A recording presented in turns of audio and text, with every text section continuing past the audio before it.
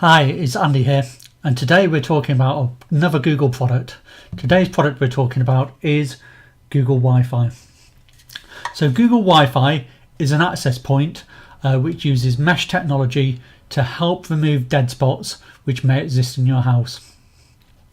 The product itself is roughly, if you look at this, roughly the same kind of size in terms of diameter around the base as Google Home.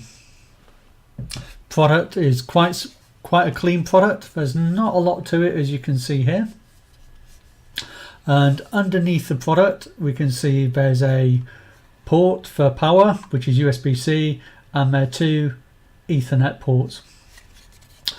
Around the front of the product there's this line which goes all the way around here, and normally when you have it powered on you have the option of having a little light here so that you know your product is actually turned on or not.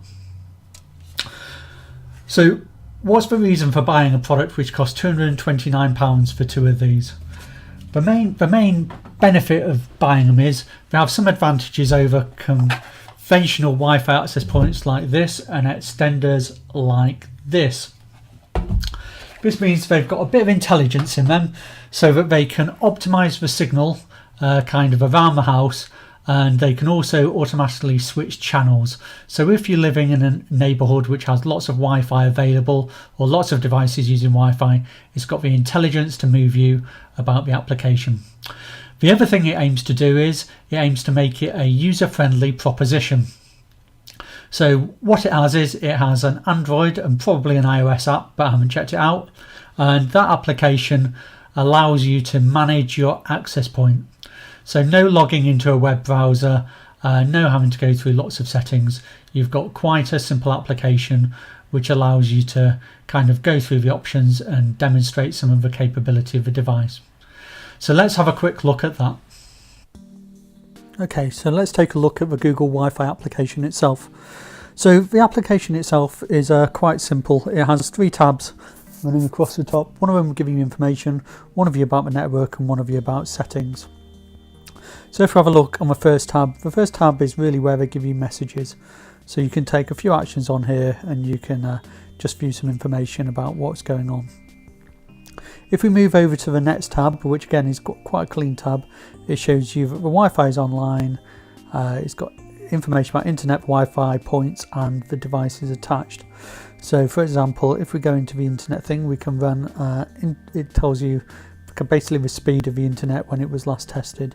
And the application itself allows you to run a test in it itself, and it also shows you the instantaneous usage in real time about what's going on the network in terms of data usage. If we then go into here, we can see we've got a bit of information about the mesh network itself, and it shows you the Wi-Fi points. So we've got a primary one downstairs, which is a long way away from the upstairs one, which is in the loft. So it's probably the furthest you could actually get it away from each other. And yet when we look in the kind of loft network, and if we test the mesh network like we're doing now, we'll probably see that the connection is still a good connection despite the distance they are away from each other.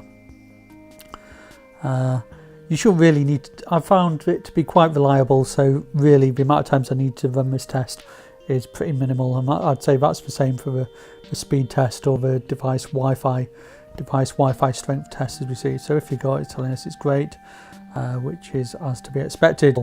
Now again, it shows you the list of the devices, so it just scans through and it can show you what's using what at the moment. And if we wanted, we could prioritize the S8, for example, from this menu. It'll probably just show us in real time what the S8 is doing, which is not a lot because it's just sat in idle. It shows you what is connected and which network it's on, and we could prioritize the device for an hour if we wished, like so. Takes a little time to save on this, but I think that's to be expected. So if we go back out of this view and back out of that view, we can then go across here. So as we said, we could do a network check, which we've just seen. We could test the internet speed, could test the mesh itself, which we did just now, or we could test the device, how the signal strength the device is seeing, which we're using this on. So I'm not going to run those now because it takes some time, but it's all kind of useful information. If we go over, we've seen the prioritization of devices just now, so we can prioritize devices, and we have the ability to pause individual family members' accounts. So for example, if we wish to pause Chloe's account, we could just, or name, let's do names. If we wish to pause Naomi's account, we could just go on here like so, and by clicking on that button, it will then pause Naomi's devices, which we can see there, her iPad and her 6. And now she's paused. Let's unpause it, otherwise she'll be storming upstairs to ask why I've paused her internet. So that itself can be done over cellular. It doesn't have to be on the home network, so that you can manage access remotely. If we go over to, there's a guest Wi-Fi page, won't go into it, but again there in home it'll allow you to have a major access point. The 2.4 gig and the 5 gig kind of networks are shared with the same common SSID or network name, and it's a bit similar with the guest network as well. The only other thing you can do in the guest network is you can restrict what devices that the guests can actually see and whether they can do some elements of home control or not when they're on your network. So if we go into network in general, we can see we've got Wi-Fi network password. I won't go into that and show you that, but in there you've got the 2 access points, easy to check if they're up to date, easy to restart the network and factory reset. And again, you can go in and get a little more information on the individual Wi-Fi points under their respective names. If we then go a little bit further, we can go to advanced networking. You can change the DNS. This might be useful if you don't want to use the Google DNS servers. I think it'll probably affect the ability to use Google Safe Search, which is supported by these devices and can be applied for family members on a yes/no basis. But everything else in there is pretty standard kind of stuff you'd find in any kind of router if you went in the pages. But I'd say the majority of that is kind of optional. Actually, just going back into it, you can, I just want to show that you can put specific IP addresses against devices like so, and if you were doing port forwarding, for example, if you were running something in your network you needed to access remotely, you could do that on that screen. So that's worth showing.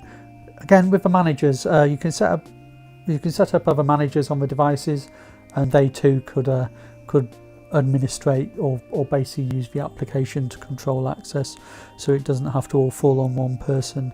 And again, that is the network in general one.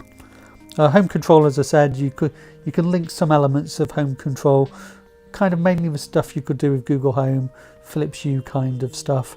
You could control in the application. Haven't really used that much myself. And then if we go into a family Wi-Fi thing, as you can see, you can set up profiles for people. You can pause their access, and you can set up automated schedules if you so wished, which would turn the Wi-Fi on and off as needed. And again, with Google Safe Search, you can put it on the individual members, as I said. You know, there's not a lot to the application itself, and I think that's one good thing that Google's done with the hardware and with the application. They've kind of made it very intuitive, very easy to use, and I think that is some of the appeal about what they've done in here. Again, some features you may find in a standard kind of router you don't find available here, so they've kind of sacrificed some functionality to be able to give the element of simplicity. So now that we've briefly looked at the hardware and the application which supports it, it comes down to the product. It's £229 for 2 devices. I think it's around about £129 for a single unit. If you've got a big house, I think you may need 3. I'm living in a 3-storey house at the moment, and it just about works. So I've got, as I said in the application video, I've got the furthest point I possibly could away from the other one, and I can get coverage throughout the whole house. And that isn't just coverage, it's reliable coverage, which is something which I struggled with when I was using the previous solutions I showed earlier. So does it hit the mark? Does it make life easier?